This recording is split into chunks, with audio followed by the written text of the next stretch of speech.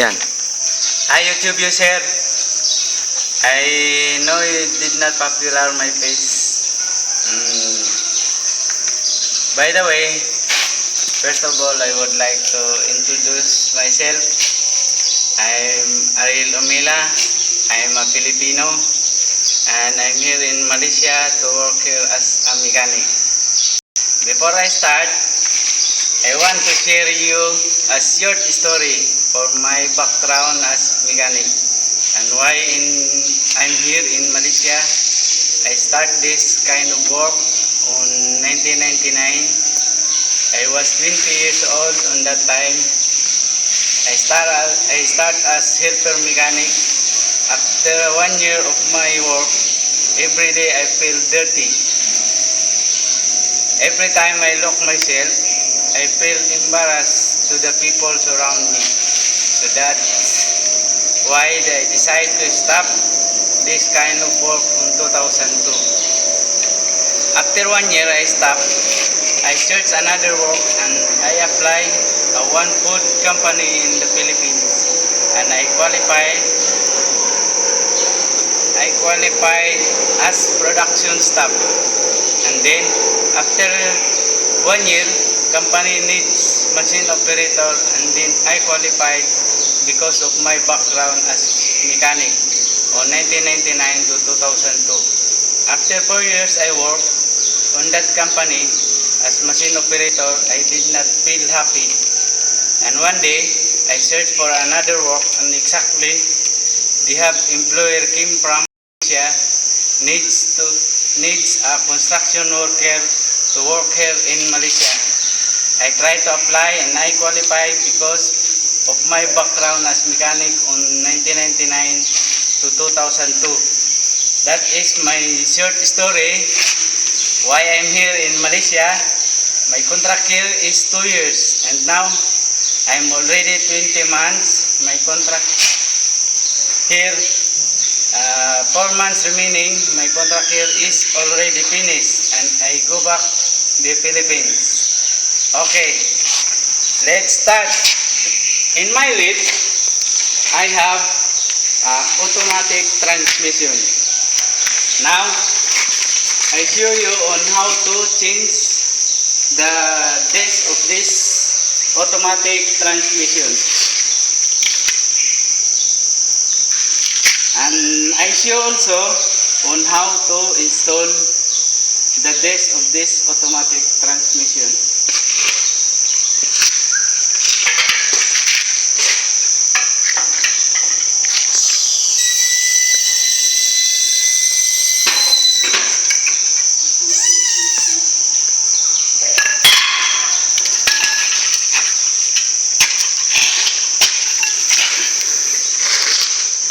It's very hard, but I do my best so that I can deliver it clearly.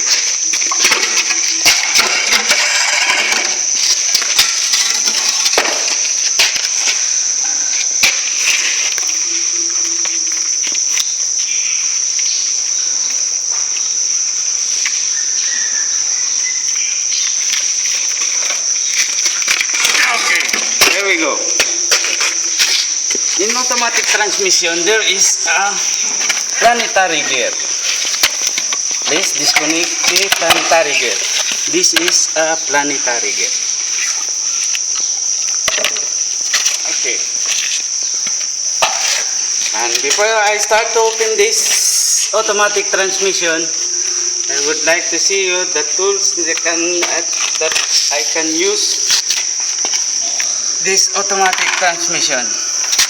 This is a two screwdriver, long, one screwdriver, short, one plier, one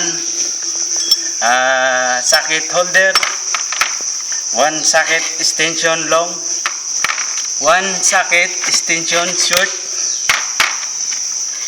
17 mm socket, 14 mm socket, 12 mm socket, marking This is make from bulb. marking. And one marking pin. And of course the one hammer and 2 pieces of wood. Okay, let's start. First, did you see that bolt inside?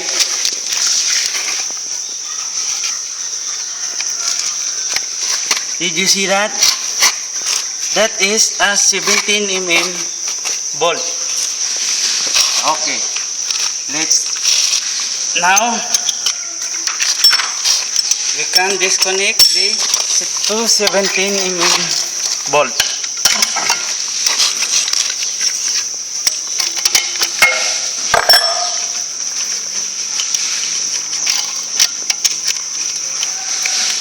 It's very easy, but you remind it, if you can disconnect this, avoid to miss installation.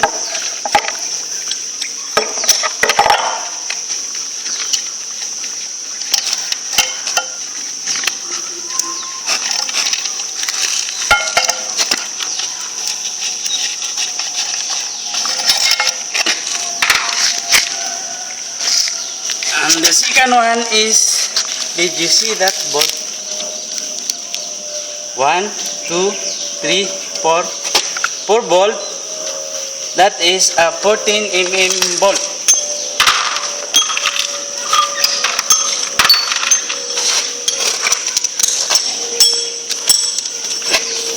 Okay, let's disconnect this.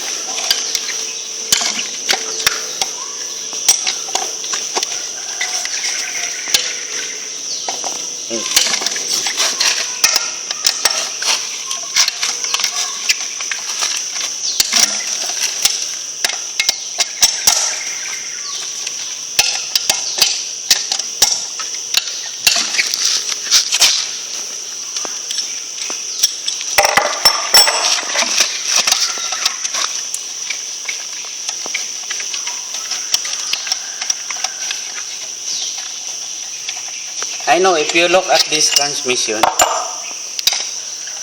you see this, it's very hard, but this is very easy to open, very easy to install.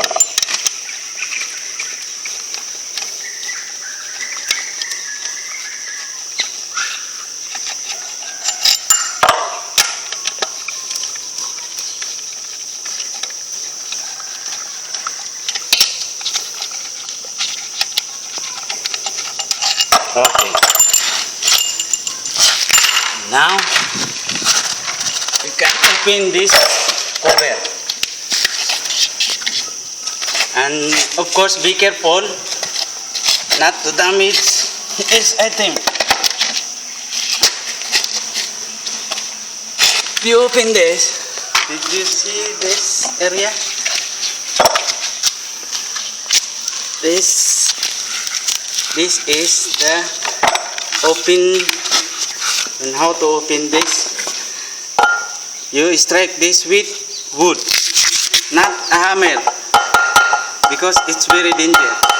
Hammer. Okay, here we go. Okay, one side, one side, one side, one side, one side, one side. Okay, it's very easy, right? Okay, this is her cover. And of course, I apologize for my English because I'm not master in English. I hope you understand, and I hope I deliver it clearly to you. Okay, here we go. The next is this area. This area is the desk inside. We're going to open this before I see this inside the desk. Okay, this is the bolt. 1, 2, 3, 4, 5, 6, 7 bolt. Okay, let's disconnect the 7 volt. This bolt is 12 mm.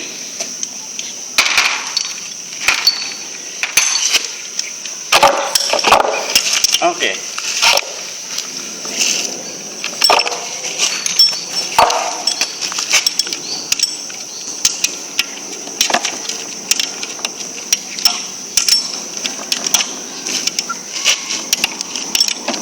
It's very easy. If you have the car, you open like this, you save a money. If you look at this transmission, you can see it's very hard. But I see to you, this is very easy.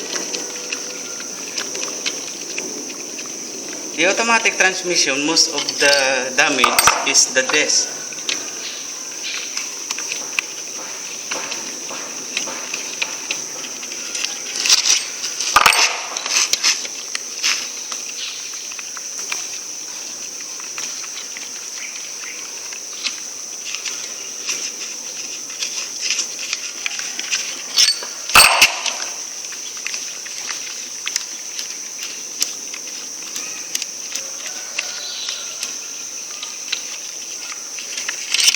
Okay.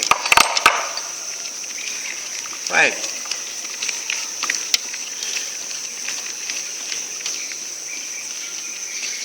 6.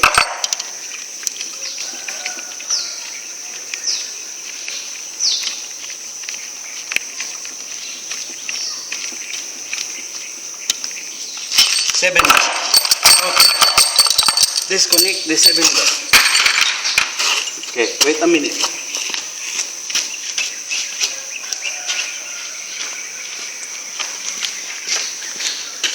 Okay, the next is,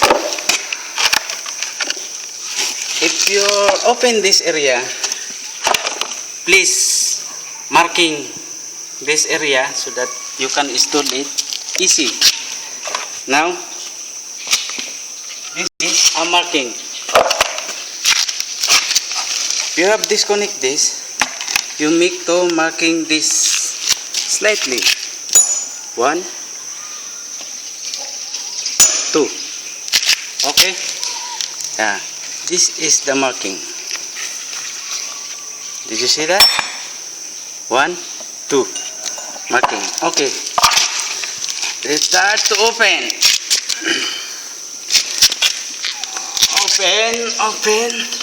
Open. Ta-da! Okay. Let's open this.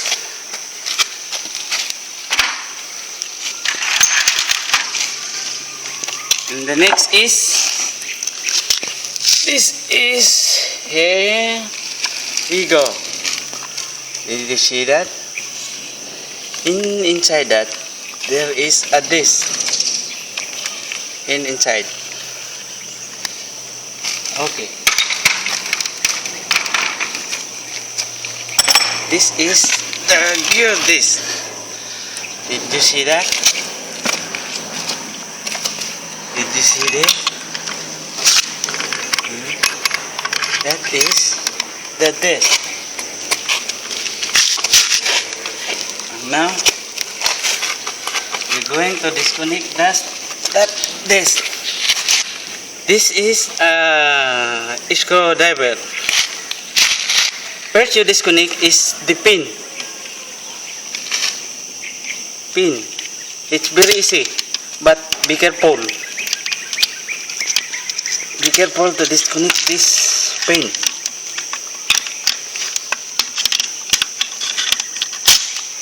Okay. So, this is a pin. But before you disconnect this area, make sure that you arrange it already. Okay. Like this. Okay, you disconnect like this. Okay, 1. This is a gear washer. 2. Make sure you arrange it carefully. Okay, speaking of this is a desk. Would you look at this? No more. You need to replace. This is the desk. Okay. Make sure arrange it already. Arrange. Oh. Desk number 2. Okay, no more. We need to replace.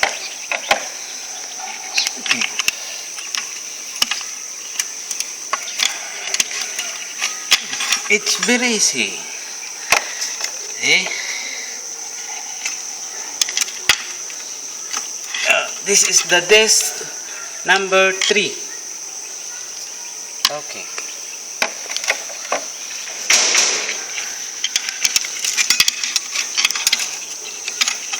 This is a gear washer. Okay. It's very easy. Okay.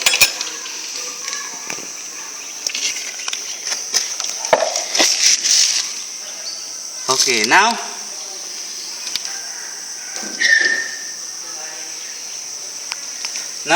this area. This is a reverse gear.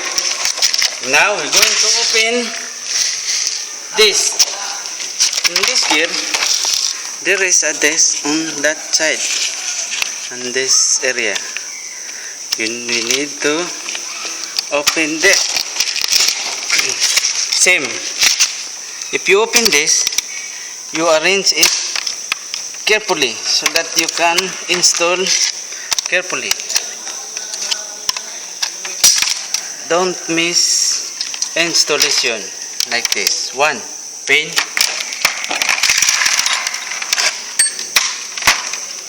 one pin.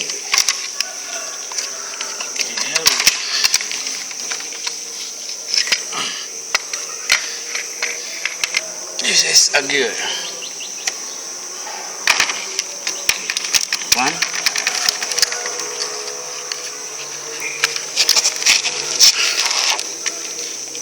Okay. 2. Speaking of this is the desk. No more.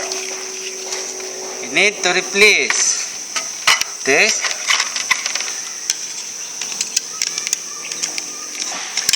And then pin. Look at this pin. At this pin. Pin. Pin.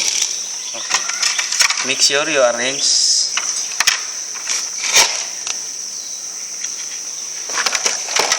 pin. And this is the gear washer. Okay. And of course the bottom is this. No more. We need to replace. Second one is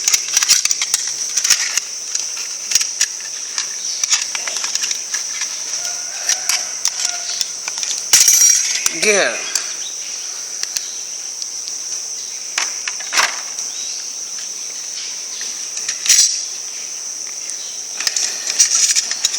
And washer. Okay.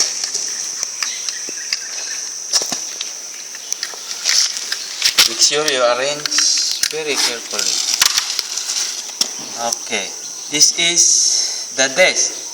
And now I have no new, and now I have going to show you on how to install. Okay, on install, it's reverse already. Reverse like this one. If you have a new one,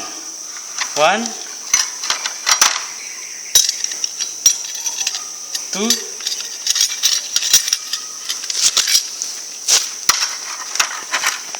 this washer, and then the pin.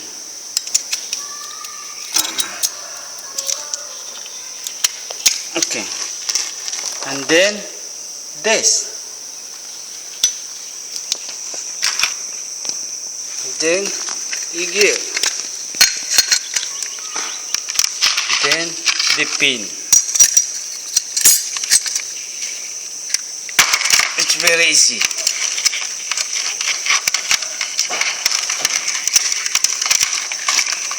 Screw.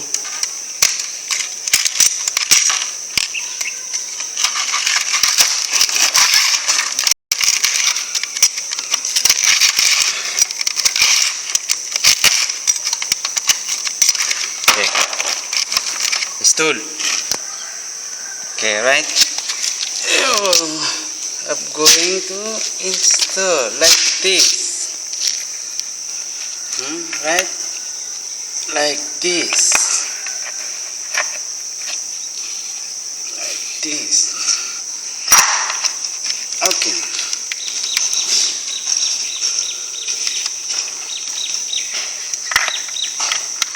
And then make sure that the gear is going straight. Did you see that? Did you see that? Here. Make sure that they are straight so that the gear is here going inside.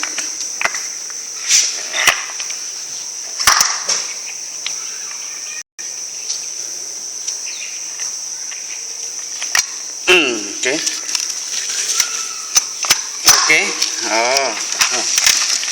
Like that. And then you're going to install this one. Going to install this one. Right? I see this. You can install this reverse already. Okay, right? One washer, two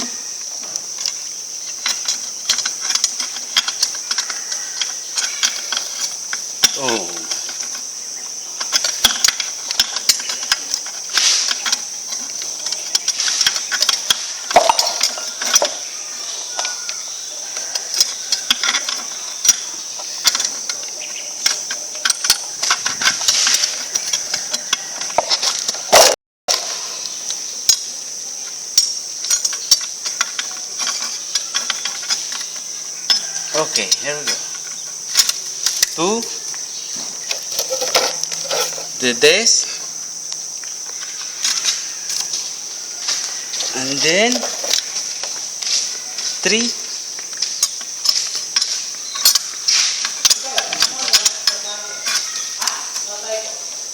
and then this,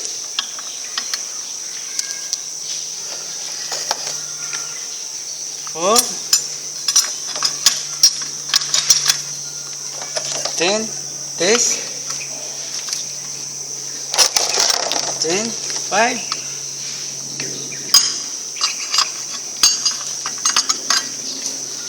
and then the pin.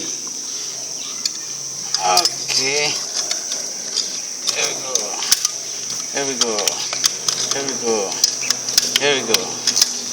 Okay, it's very easy, right? And then we're going to install this.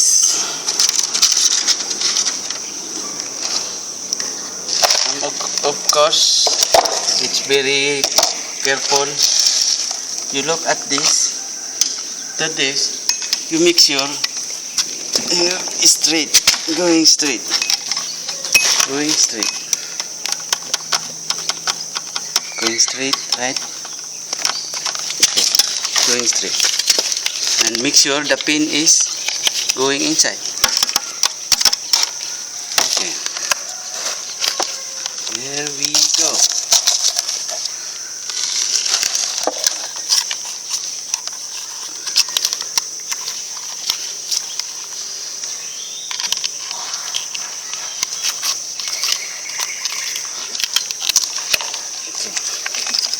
dishwasher installed here. Okay. Install this.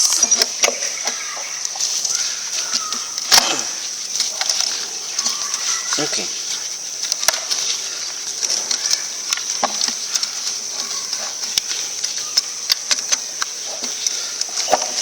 And of course, this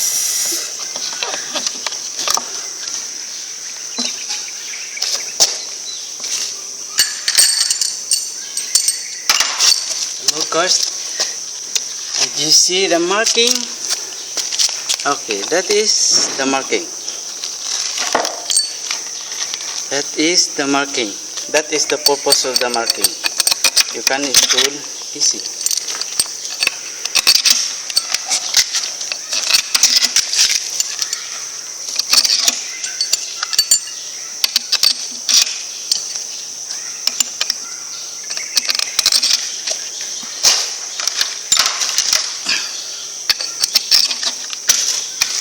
Okay, and then the cover. The cover.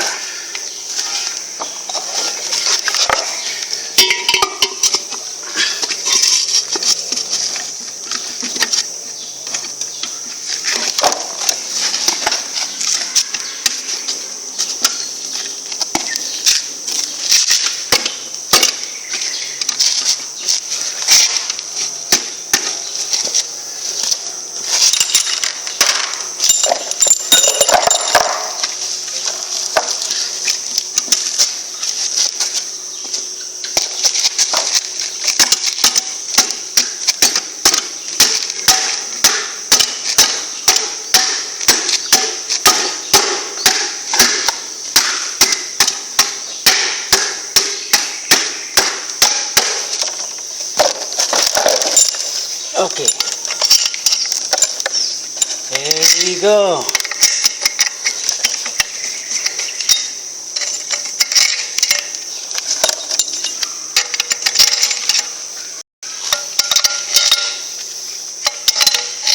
Okay, finish. Okay, that is how to change the desk. Thank you for your watching, and of course my cameraman is Lorimol. That is my co-worker. He is also a Filipino. He is a technical department on here. Thank you for watching.